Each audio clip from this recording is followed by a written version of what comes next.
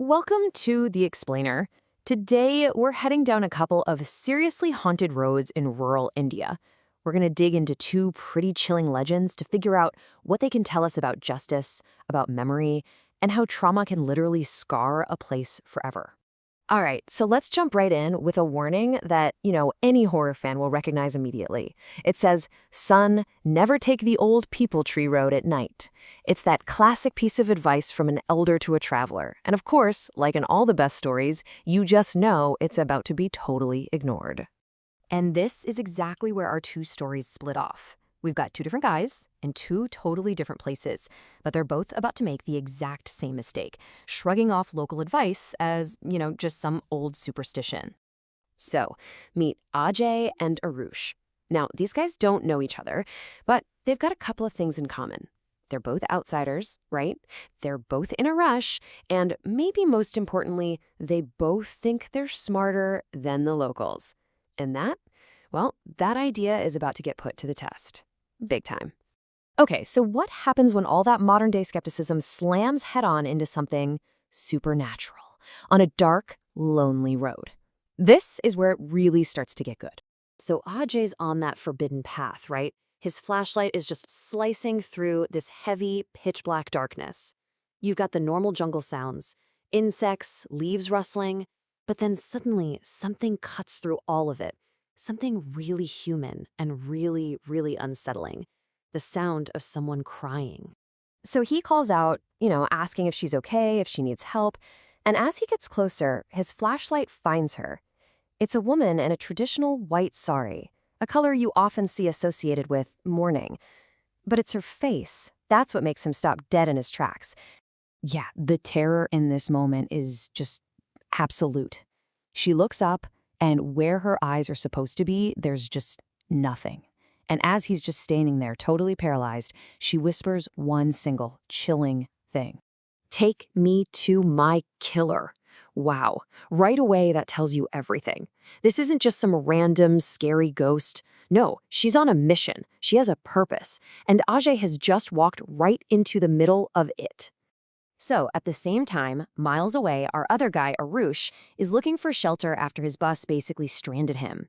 He sees a village up ahead, but something's off.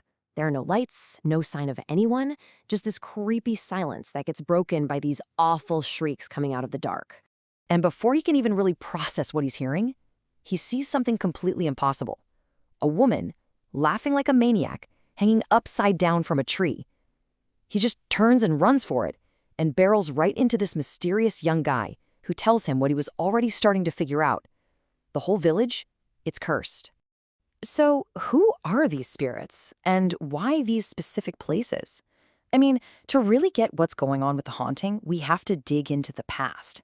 We have to uncover the stories that created them, right? Every ghost has a backstory. Okay, so the eyeless ghost?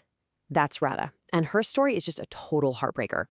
She was in love with this guy, Mohan. And get this, he's the same guy who told Ajay to take the shortcut down that road. But Mohan's greed, it was way stronger than his love. He lured her to that secluded path and murdered her, trapping her spirit there for good.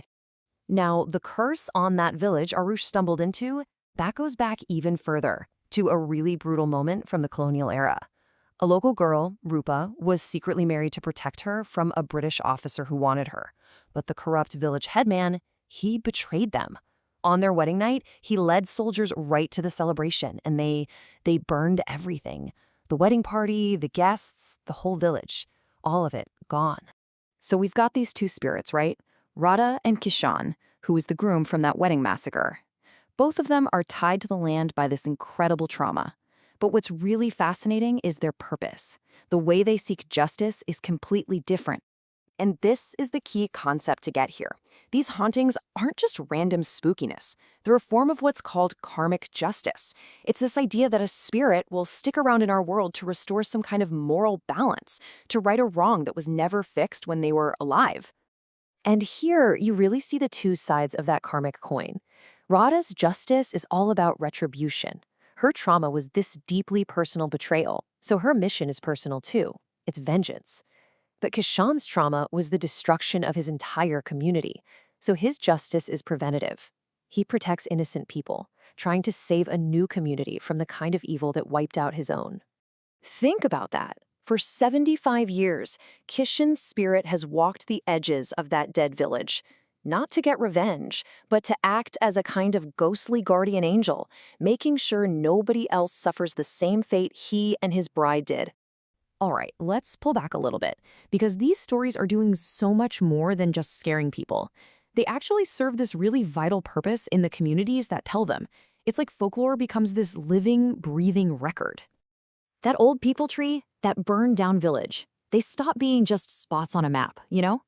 They become these powerful monuments to tragedy.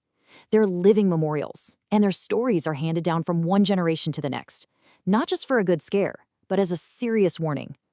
So, the big takeaway here is seeing how these ghost stories actually work. They keep the memory alive of things that might otherwise just vanish.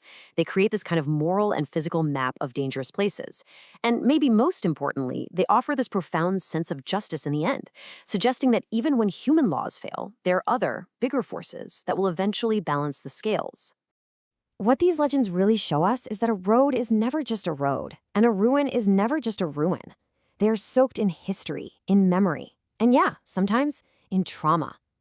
And that leaves us with one last question to think about. What stories, what warnings, and what ghosts are buried in the landscapes that you travel every single day?